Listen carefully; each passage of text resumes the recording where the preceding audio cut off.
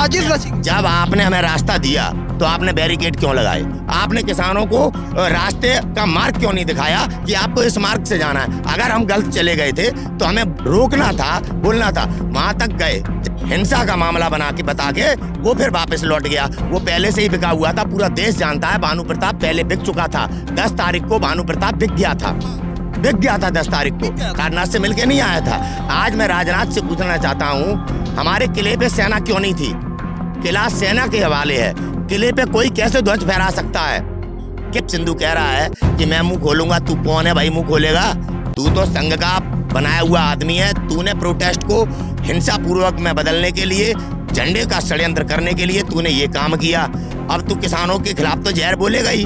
तू जो बोलेगा जहर उगलेगा, झूठ बोलेगा, ये पूरा देश जानता है। पूरा तो देखा होगा किस तरह से आरएसएस के लोगों ने यहाँ पे अपनी भी एक बारात निकाली थी। देखा है बजरंग दल वालों ने दिल्ली में, उसे दिखाया मीडिया में, नेशनल मीडिया में कि जेबी निकाल रहे हैं। वही लोग पुलिस वालों को मारने वाले हैं। हमारे लोगों ने अस्पताल पहुंचाया है। आप चाहें तो 1-2 अखबार में फोटो देख लो कैसे हम पुलिस के अधिकारियों को, पुलिस वालों को बुला के दे रहे हैं कि किसानों ने हमको कितना सहयोग किया। हम घायल थे तो हमें हॉस्पिटल पहुंचाया। क्या मर गए पुलिस वाले? कैसे चाइना ने मार दिए? ये कैसे, कब तक गुमराह होगा देश का नागरिक? कब तक? आज ये किसान है ना, इसके बारे में मुझे क्या किसी में भारत के नागरिकों को कुछ सबूत देना है क्या कि ये किसान है आतंकवादी है? LIU घूम रहा है यहाँ पे, CBI घूम रही है, ये झकमराने को घूम रही है आतंकवादी। आज अगर देशवासियों नहीं जागे और नहीं अगर आज तुम अपने किसान के साथ आके खड़े हुए, कल तुम नहीं उठ पाओगे, नहीं निकल पाओगे घर से। तुम्हारी जमीन तुम्हारी नहीं होगी, तुम्हारे बच्चे सुरक्षित नहीं होंगे, अपनी बेटियों की रक्षा नहीं कर पाओगे, एक भाई अपनी बहन की रक्षा नहीं कर पाएगा, एक पति अपनी पत्नी को सुरक्षित नहीं रख पाएगा। आगे आने वाले दिनों में अगर ये किसान यहाँ से उठ के चला गया या इन किसानों को कुचल दिया गया, याद रखना। अब मैं तुमसे फिर कह रहा हूँ, मत चूको चौहान। लाल किले पे हमला हो गया, ये हमारा ही है, ये हमारा ही है। समझ में आया? पृथ्वीराज चौहान के नाना का है ये, किसी के बाप का नहीं है। इस पे कभी अकबर ने अपना झंडा फहराया था, आज संघियों ने फहरा दिया। तुम कर रहे हो राजनीति, भाजपाई संघी चना भूजा जा रहा है। अपनी नाकामियां छुपा रहे हैं, 6 साल के फेलियर छुपा रहे हैं। इस्तीफा क्यों नहीं देता भारत का प्रधानमंत्री?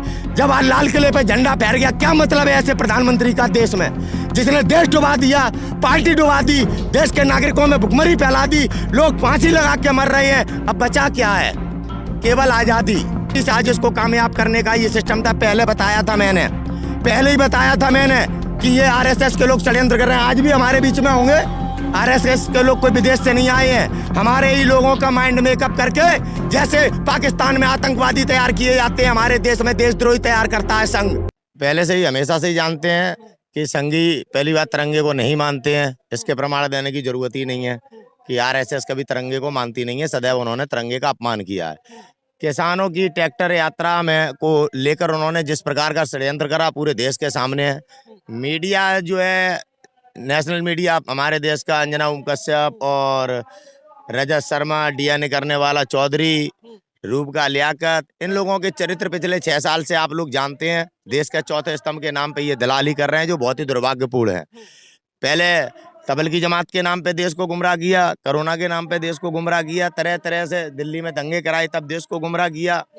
तो इनका पूरा जो मीडिया का स्तर है पूरा देश जान चुका है। जब किसानों के साथ साजिश हुई तो आपको पता है यहाँ पे बड़े पैमाने पे ट्रैक्टर आए हुए थे, करीब 1 लाख 2 लाख ट्रैक्टर था यहाँ पे, जो कि नज़ारा नहीं दिखाया मीडिया ने केवल वो तथ्य दिखाए जिससे देश को किसान के प्रति भड़का सकें, हिंदू और सिख कर सकें। जैसे हिंदू और मुसलमान कर देते हैं, दलित और ब्राह्मण कर देते हैं, तो उस प्रकार की नीति सदैव इन्होंने अपनाई है। मैंने आपको पहले ही बताया था कि भाई देश का गृह मंत्री तड़ीपार है।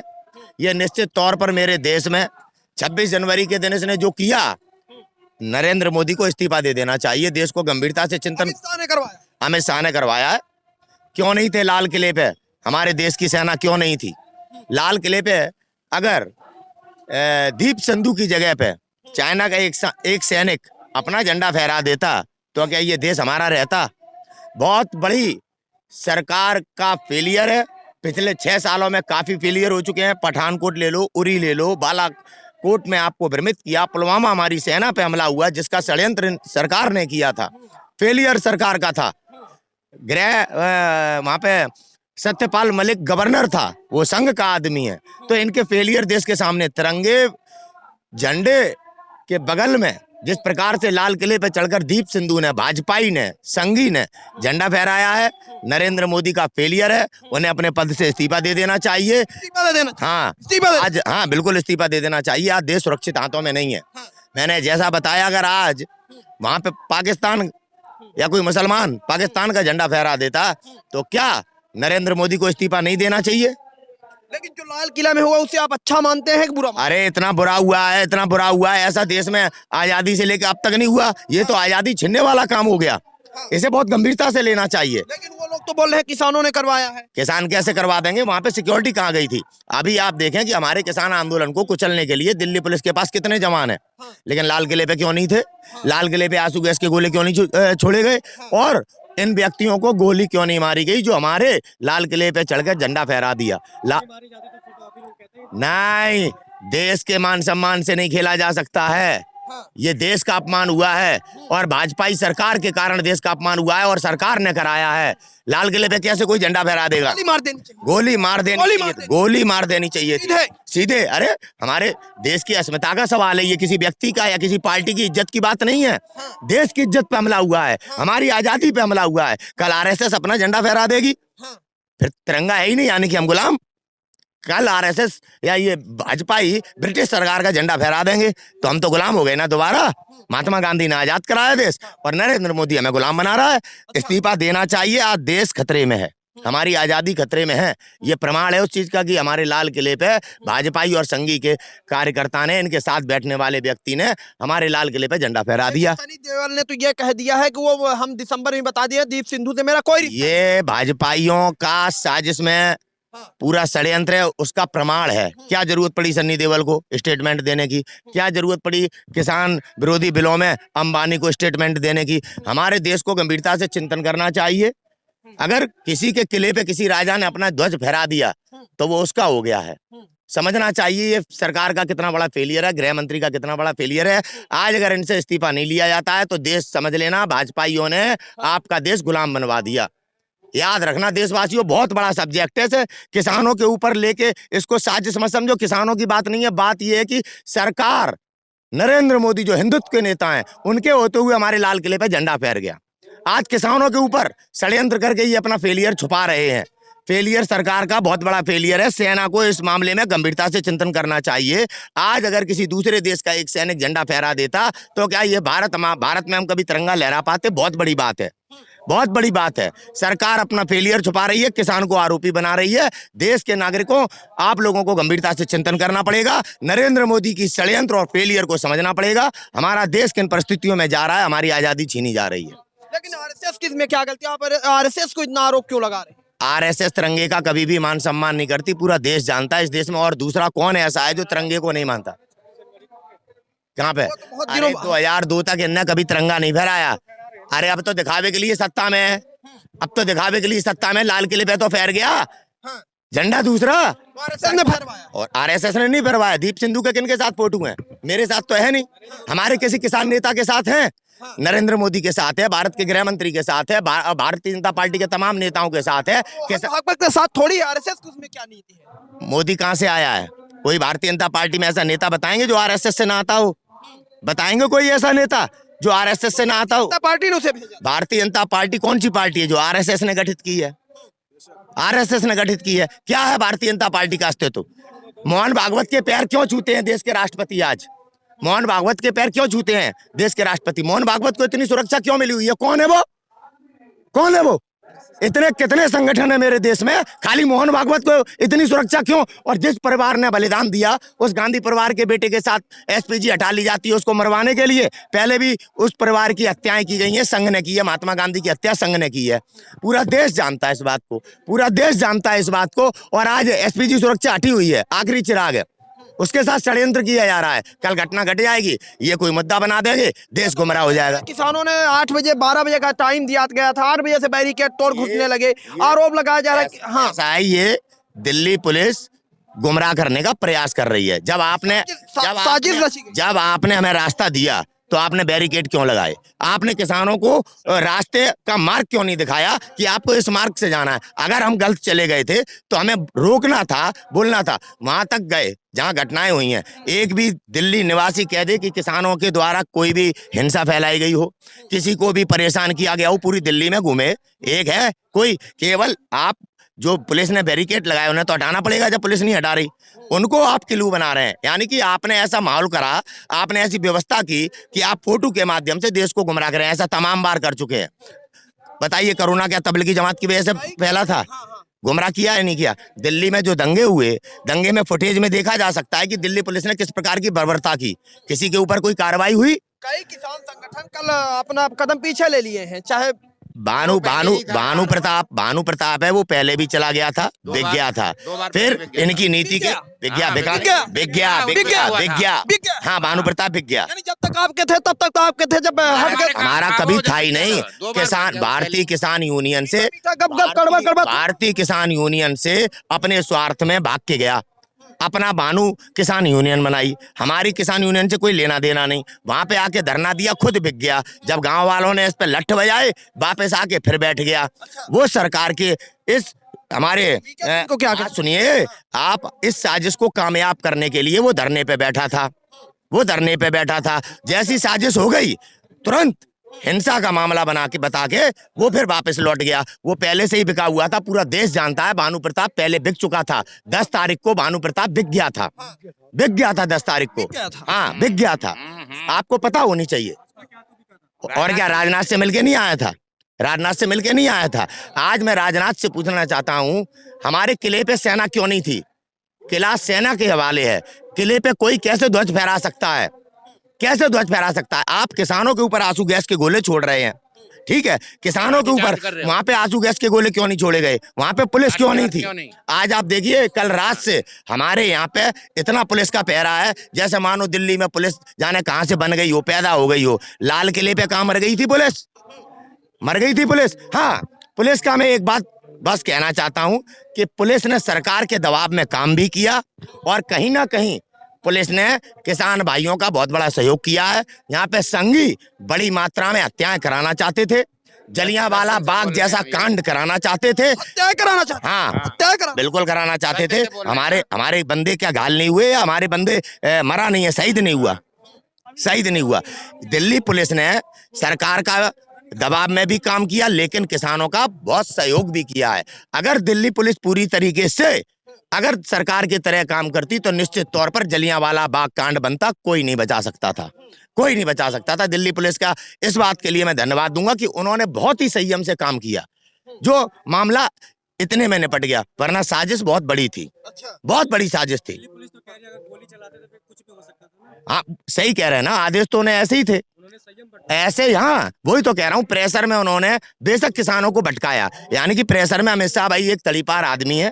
जज जैसे लोग नहीं बच पाए हैं इस देश में, मर जाते हैं और आज तक उनके हत्यारे नहीं पकड़े जाते हैं। समझ रहे हैं आप? जज लोया की बात। हाँ, जज लोया की। आतंकवादी साध्वी प्रज्ञा सिंह ठाकुर भाई साहब संसद में बैठी है, बड़े से बड़ा यहाँ पे दुर्घटना।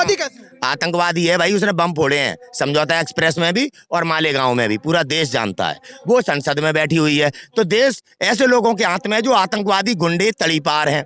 तो इस बात की तो बिल्कुल भी कोई इच्छा ना रखे, सोच ना रखे कि यहाँ पे मामला इतने में निपटना था। ये दिल्ली पुलिस की बहुत बड़ा सहयोग है किसानों के साथ, जो उन्होंने मामले को रोका और बड़ा होने से बचाया। सहयोग है उनका। बिजलियां काटी जा रही हैं, पानी नहीं दिए जा रहे हैं अब आंदोलन में। यहाँ अब आदित्यनाथ योगी सन्यासी हैं, आप लोग देख लीजिए चरित्र। राम की बात करते हैं, धर्म के नाम पे वोट मांगते हैं, हिंदू मुसलमान के नाम पे लोगों को लड़ाते हैं, और आज उनकी हकीकत क्या है कि अपने देश के अन्नदाता के लिए ना तो पानी है, ना किसी प्रकार का सहयोग है। पानी तो छोड़ बिजली दो, भी नहीं है, धोखेबाज, बिजली भी नहीं है। आखिरकार बिजली क्यों नहीं है? सरकार जो बोल रही है, आखिरकार हम किसान हैं यहाँ पे, पब्लिक का बुरा नहीं करना चाहते, वरना हमारी बगल में है क्या, बिजली का हाउस। हम चाहें तो भी पूरी गाजियाबाद की बिजली बंद कर सकते हैं किसान यहाँ पे, लेकिन हम अपने लोगों का यहाँ पे बुरा करने नहीं आए। कभी हमने दिल्ली में सामग्री जाने से नहीं रोकी, नहीं चारों तरफ से दिल्ली बंद भी कर सकते थे। हम अपने देश में नागरिकों के हित में और अहिंसा पूर्वक आंदोलन कर रहे हैं। हमारे यहाँ पे 2 दिन से लाइट नहीं है। कल पूरी रात पुलिस ने हमें परेशान किया है, आंदोलन उखाड़ने का प्रयास किया है पूरी रात पुलिस ने। ये बात पूरी रात, क्योंकि पुलिस हमें परेशान कर रही थी। गाजीपुर डंपिंग एरिया में बैठे हैं हम, बताना कूड़ेदान में बैठे हुए। अगर कल बड़ौत से 70 साल के हमारे बुजुर्ग नेताओं पर योगी की पुलिस ने लाठियां करवाई हैं। हमारा बहुत अनुशासन से आंदोलन बड़ौत में चल रहा था, हमारे बुजुर्ग बड़ौत पे बैठे हुए थे।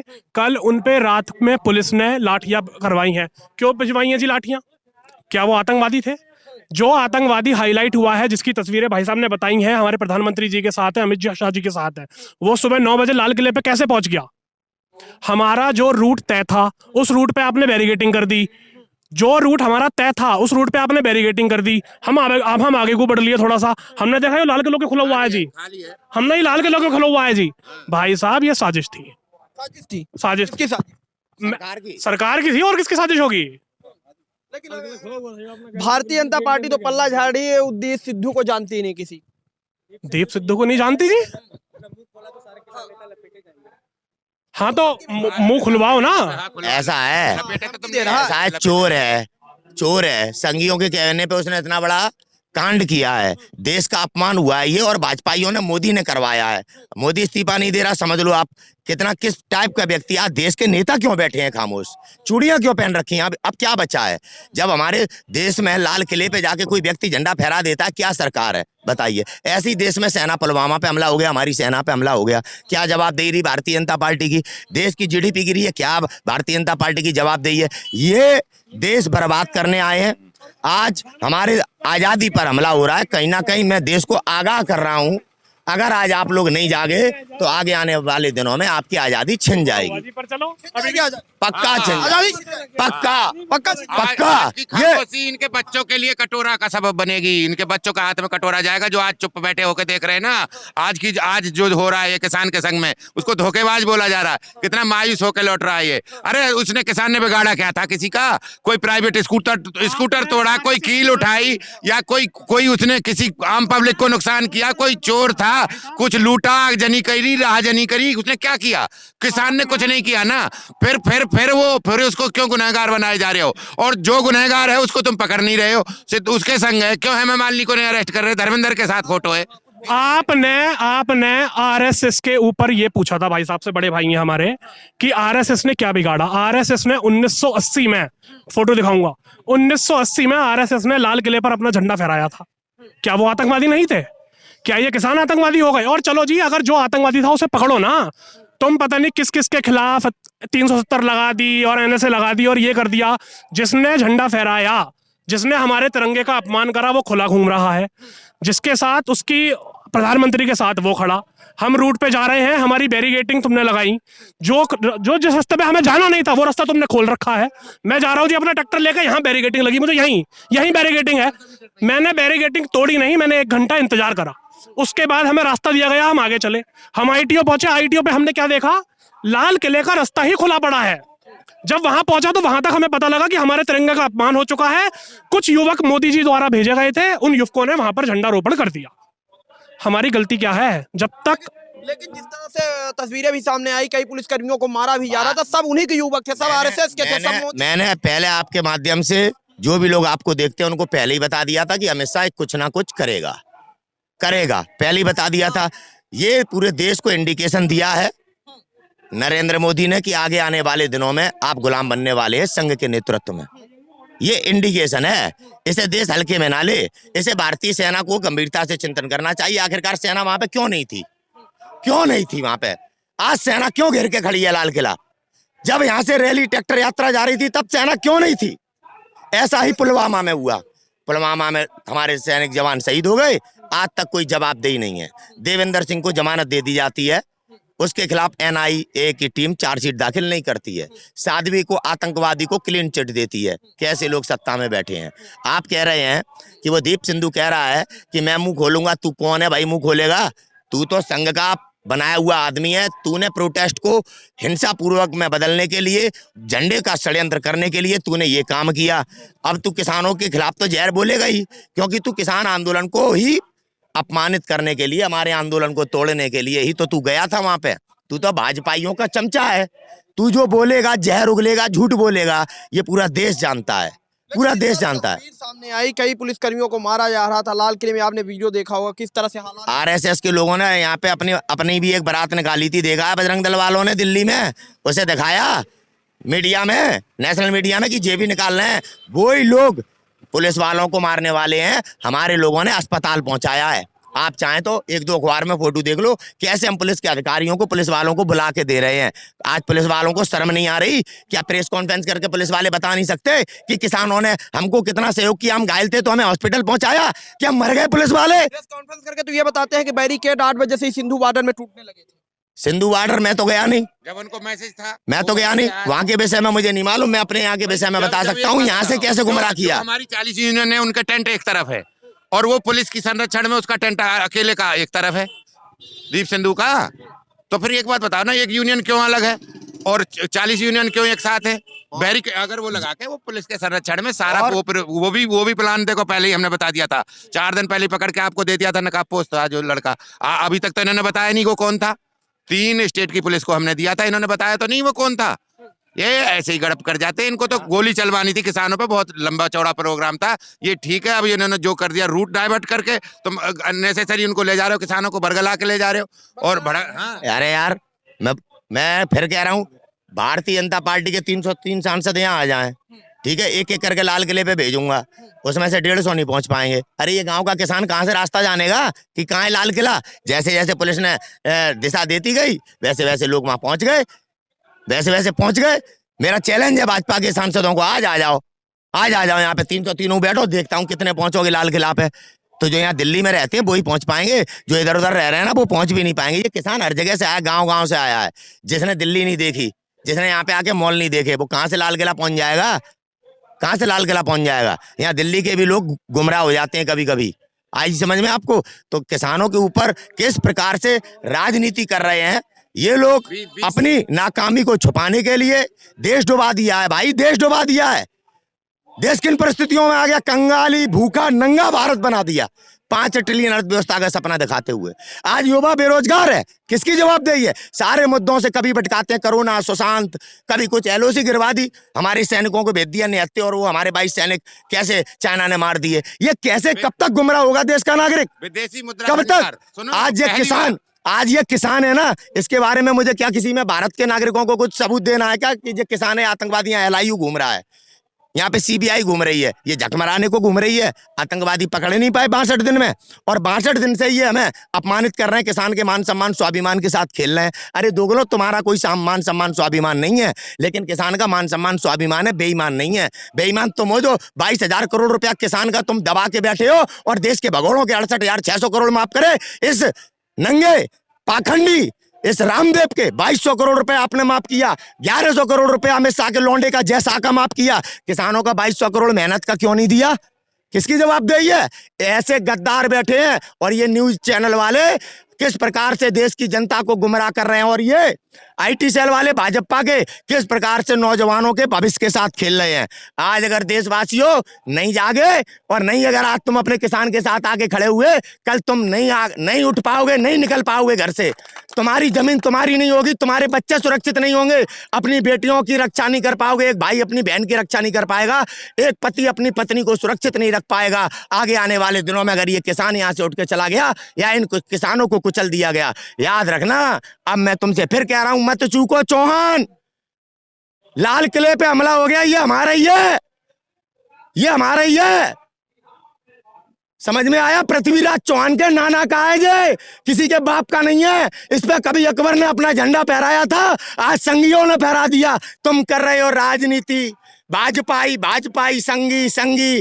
अरे कितने अंधकार में चले गए हो। अब तो अपने मान सम्मान स्वाभिमान को समझो। तुम्हारे तिरंगे पे झंडा फहरा दिया इन साजिशकर्ताओं ने, और किसानों की छाती पे चना भूजा जा रहा है। अपनी नाकामियां छुपा रहे हैं, 6 साल के फेलियर छुपा रहे हैं। इस्तीफा क्यों नहीं देता भारत का प्रधानमंत्री?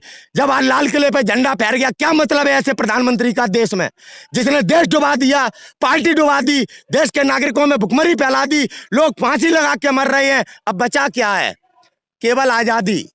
आजादी बोल तो सकते नहीं, बोलोगे तो UAPA लग जाएगा, आपको जेल में डाल दिया जाएगा, आलोचना कह दी जाएगी। आपका सुप्रीम कोर्ट भी आज आजाद नहीं है, न्याय कर पाने में आपका सुप्रीम कोर्ट आज सक्षम नहीं है। इंदिरा गांधी की सरकार थी 1977 में, आपके उत्तर प्रदेश के हाई कोर्ट में मजिस्ट्रेट जगमोहन सिन्हा ने इंदिरा गांधी का चुनाव निरस्त कर दिया था। ये ताकत थी हमारे देश की न्यायपालिकाओं की, याद रखना देश के नागरिकों। और आज जो हिंदुत्व के नाम पे, राम के नाम पे बैठा है, कितना अत्याचारी है, जिसने न्याय का पतन कर दिया है। अगर देश में न्याय नहीं है तो आपकी आजादी नहीं है। न्याय आपकी आजादी का प्रमाण पत्र है और आपकी न्यायपालिका आज बंदी बन चुकी है, जिसके कारण लाल किले पे भी ध्वज फहरा दिया जाता है और न्यायपालिका के मुंह से आवाज नहीं निकल रही है। और प्रधानमंत्री की सरकार को स्थगित नहीं किया जा रहा है, सरकार को बर्खास्त नहीं किया जा रहा है। ये न्यायपालिका चूड़ी पहने बैठी है, इसका प्रमाण है।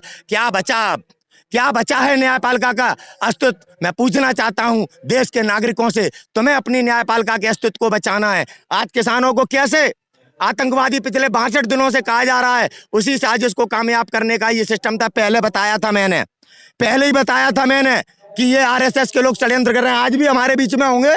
RSS के लोग कोई विदेश से नहीं आए हैं, हमारे ही लोगों का माइंड मेकअप करके, जैसे पाकिस्तान में आतंकवादी तैयार किए जाते हैं, हमारे देश में देशद्रोही तैयार करता है संघ।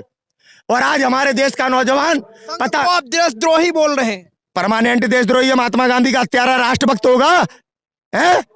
जो तिरंगे का अपमान करे वो राष्ट्रभक्त होगा? ग्वालियर में तो ज्ञानशाला भी बनाई गई है। अरे दिखावे पे जाओगे, राम के नाम पे देश बर्बाद कर दिया। राम के नाम, राम मंदिर हम बनवा रहे हैं। चंदे लूट के खाने वाले राम मंदिर बनवाएंगे, राम इनके भरोसे। अरे राम के नाम पे तो हिंदुओं को चला गया। प्रधानमंत्री केयर फंड में चंदा लेके कहाँ गया वो? ये भिखारी था चाय वाला, आज प्लेन में घूम रहा है, दलितों के पैर छूता है। जब कोरोना में यहाँ पे मजदूर मर रहे थे तब इसके मुंह से आवाज नहीं निकली। ऐसा है देश का इस प्रधानमंत्री का चरित्र। आज भी अगर जनता नहीं जागी, नौजवान साथियों आज भी नहीं जागे, देश के साथ गद्दारी कर रहे हो, याद रखना। कोई संगठन देश नहीं है, कोई पार्टी देश नहीं है, याद रख लेना राजपूतों। आज देश के साथ गद्दारी कर रहे हो तुम। किसी को दोषी मत कहना, जयचंद किसी को मत कहना, आज तुम कर रहे हो देश के साथ गद्दारी। आज तुम हो जयचंद जो आज यहाँ पे नहीं खड़े हो, हमें भी मार दिया जाएगा, आरोप सिक्कों पे लगा दिया जाएगा। याद रख लेना, भयभीत मत होना, इस बात को कभी मत मानना। अगर मुझे मार भी दिया जाए तो ये समझना संघियों ने मारा, सिख अगर मुझे मार दे तो मेरा उन्हें ये माफ है, मेरा खून, क्योंकि वो देश के सेवक हैं। उन्होंने धर्म सिखाया है, सदैव हमारे देश के लिए सेवा भाव किया है और अत्याचार को सहन नहीं किया। वो कौम है सिख, हमारे भारत की वो कौम है सिख जो दुनिया में जानी जाती है। हमें गर्व है हमारे देश के सिक्कों पे, याद रख लेना। ऐसी राजनीति में मत आना कि हमें मार दें या इन्हें मार दें और फिर वहां पे हिंदुत्व जगाया जाए कि सिख ऐसा कर रहे हैं वैसा कर रहे हैं। इन गद्दारों की बातों में मत आना, बहुत हो चुका है, जितना होना था हो चुका है। दिया फड़फड़ा रहा है, बुझने वाला है। नरेंद्र मोदी की अति की सब समाप्ति है, याद रखना।